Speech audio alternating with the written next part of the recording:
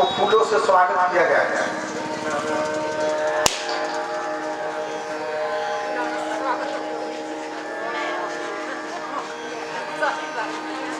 लोग कहता है कि हमको कष्ट पीछा ही नहीं छोड़ रहा है, दुख में जी रहे हैं, सुख आ नहीं रहा है। कैसे सुख आएगा?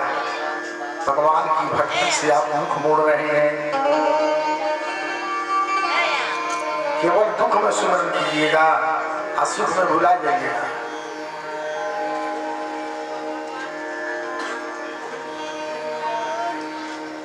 बहुत लोग हैं जो अभी भी टीवी देख रहे होंगे, आराम से बिस्तर पर उनका आसन होगा। वैसे व्यक्ति की क्या कहना है? उठ जाग मुसाफिर भोर भइल, अब रैन कहाँ जो सोवत है। जो सोवत है वो खोवत है, और जो जागत है सो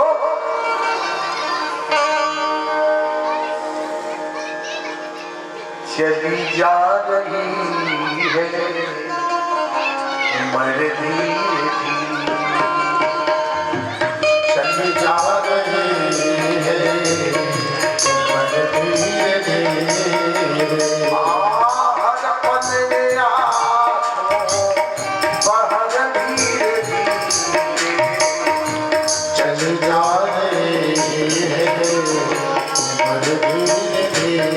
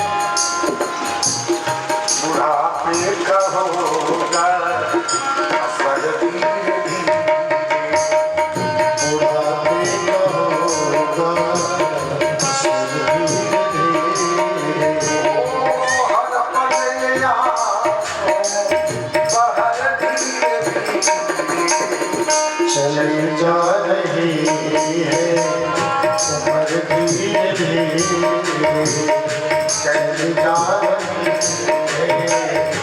उम्र धीरे धीरे। समय व्यतीत हो रहा है और सोच नहीं रहे हो तो इसका परिणाम सही नहीं होगा। इसलिए इस शरीर का कोई ठिकाना नहीं है। जब तक जिंदगी है भगवान का नाम लेने, सही कर्म करने, आपका कल्याण होगा। ऐसे तो सुगर और कुकुर भी अपना पेट पाल लेते हैं, आराम करते हैं। आप तो मानव हैं, मनुष्य बनो, भगवान के चरणों में ध्यान लगाओ, भगवान की भक्ति करो। तुम्हारा काम तो भगवान करते ही जाएगा। प्रेम से बोलिए आनंद कंद भगवान की। तो ब्रह्मा के बेटा अत्रि मुनि, अत्रि मुनि के 3 पुत्र हुए। भगवान शंकर के अंश से दुर्वासा जी, और भगवान विष्णु के अंश से दत्तात्रेय जी, और ब्रह्मा के अंश से चंद्रमा प्रकट हुए। चंद्रमा के बेटे का नाम था बुध, चंद्रमा के बेटे का नाम बुद्ध था और बुद्ध के बेटे का नाम पुरुरवा हुआ। रश्मि रथी में रामधारी सिंह दिनकर ने लिखा है उर्वशी महाकाव्य। उर्वशी महाकाव्य में पुरुरवा इतने सुंदर थे कि स्वर्ग की अप्सरा जो है उतर गई विवाह करने के।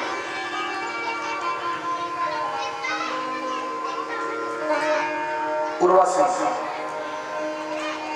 और विवाह करके जब इंद्र को पता चला तो इंद्र दौड़ कर आए, कहीं रे इस स्वर्ग लोक का प्राणी मृत लोक में क्यों आ गया, तुम्हें श्राप मिलेगी। कहीं श्राप मिलेगी, श्राप न तो बड़ा अन्याय विनय किए तब जाकर के 100 बरस का उन्हें छूट मिला कि 100 बरस तुम इनके साथ रह सकती हो, उसके बाद तुम आ जाना फिर स्वर्ग लोक में। उस पुरुरवा के उर्वशी नामक अप्सरा से 6 पुत्र हुए। आयु, सुतायु, सतायु, रय, जय और विजय, ये 6 बेटे हुए। इसी वंश में नहुष हुए थे। उनके भी 6 पुत्र हुए, यति, आयाति, सरयाति, सुरजाति, बियति और कृति।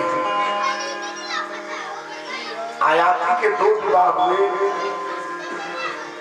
जिनके 5 पुत्र हुए, पुरु, दुष्यंत, प्रसंतु। आयाति के सबसे बेटे का नाम यदु था जिससे यादव वंश चला। यदु के पुत्र थे यजमीन, देवमीन और सूरसेन। 3 बेटे। यदु जो है ये भी चंद्र वंश से आ रहे हैं, क्षत्रिय वंश है और इसको वृषणी वंश कहते हैं। इनके 3 पुत्र हुए, यजमीन, देवमीन और सूरसेन। सूरसेन के पुत्र हुए वसुदेव जी महाराज। प्रेम से वसुदेव जी महाराज की। सूरसेन के पुत्र का नाम वसुदेव था और उधर एक राजा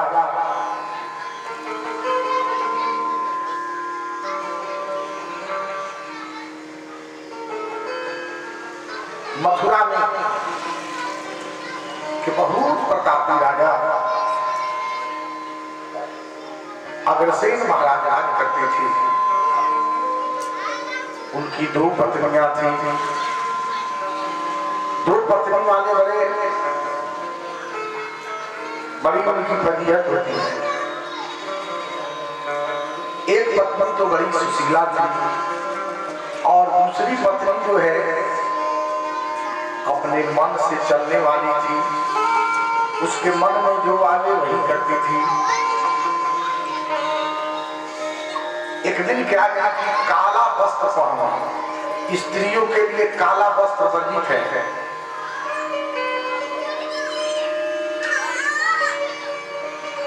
स्त्रियों के लिए काला वस्त्र और श्वेत वस्त्र, ये दोनों वस्त्र वर्जित है। उसी प्रकार जो ब्राह्मण देवता है, ब्राह्मण, उनके लिए भी श्वेत वस्त्र वर्जित है। उनके लिए श्वेत चंदन भी वर्जित है। आज मेरा चंदन कहीं रखा गया तो श्वेत था तो कहे कोई को चंदन का मेल है इसलिए हम लगाना। ऐसे हम लोग संप्रदाय से आते हैं, इस संप्रदाय में चंदन लगाई जाती है। माताओं के लिए चंदन का सिंदूर है और विशेष करके लगाना हो तो पीला या लाल चंदन लगा सकते, जैसा भाव हो। त्रिशूल बना ले, ऊर्ध्वगामी करे, लंबा करे, गोला करे, टीका करे, चंदन लगा सकते। उजला चंदन उनके लिए बढ़िया है, उजला चंदन बढ़िया है। प्रेम से बोलिए जय जय श्री कृष्ण, जय जय श्री राधे। शास्त्र जो कहता है वही काम करना है। अब वो काला वस्त्र पहने, काला में भी कई प्रकार का वस्त्र होता है। काला वस्त्र पहन ली और मटकते ढूंढते रथ वाले को कहीं कि चलो हमको सैर करना है।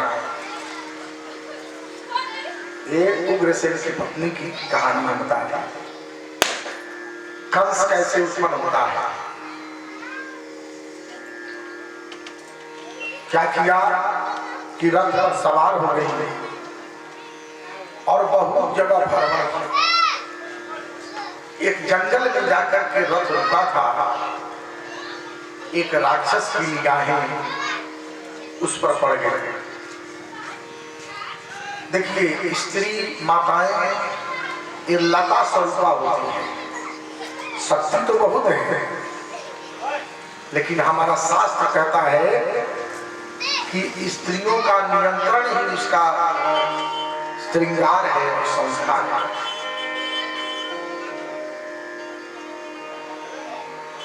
अधिक उच्छृंखलता और स्वतंत्रता नारी के लिए वर्जित है। जिमी स्वतंत्रता ही बिगड़ ही नारी, उसके बिगड़ने में कम समय नहीं लगता। और पुरुष जो है वो वृक्ष है, पेड़ है, और स्त्रियों को लता का संज्ञा दिया गया। उसका फल जो है किसी के सहारे पर टिका है। जैसे देखते हैं ना, कोड़ा लौका है, उसको किसी पेड़ का सहारा दे दीजिए, पाजा वगैरह लगा दीजिए, कितना सुंदर फलता है। इस तरह छोड़ दीजिए तो बस नहीं फलेगा। तो स्त्रियां लता है और पुरुष वृक्ष है। अब कोई स्त्री पेड़े बनने का प्रयास करेगा तो अच्छी बात नहीं है। मर्यादा में रहिए, ठीक है। स्वतंत्रता कोई बुरी चीज नहीं है, स्वतंत्र रहिए, ज्यादा बंधन में मत रहिए, लेकिन कुछ मर्यादा है, उसका पालन भी करना जरूरी होता है।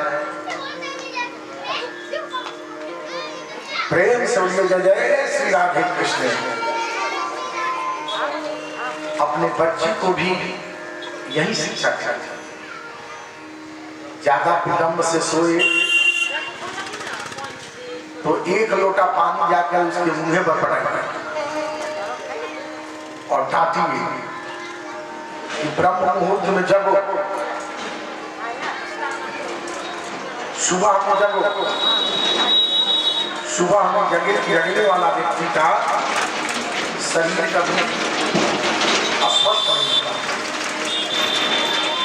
कितना भी कठिन काम है, कितना भी थकावट है, सुबह में उठिए, स्नान कीजिए, पूजा कीजिए, आपका सब थकावट समाप्त हो जाएगा। नहीं तो बिछावन कहता है कि सोए रहो, उठने को नहीं कह रहा। अब उग्रसेन की जो पत्नी थी वो चल पड़ी रथ में और एक राक्षस की निगाह पड़ गया, क्योंकि माताएं तो लक्ष्मी स्वरूपा है ना, उसको छुपा करके रखना है।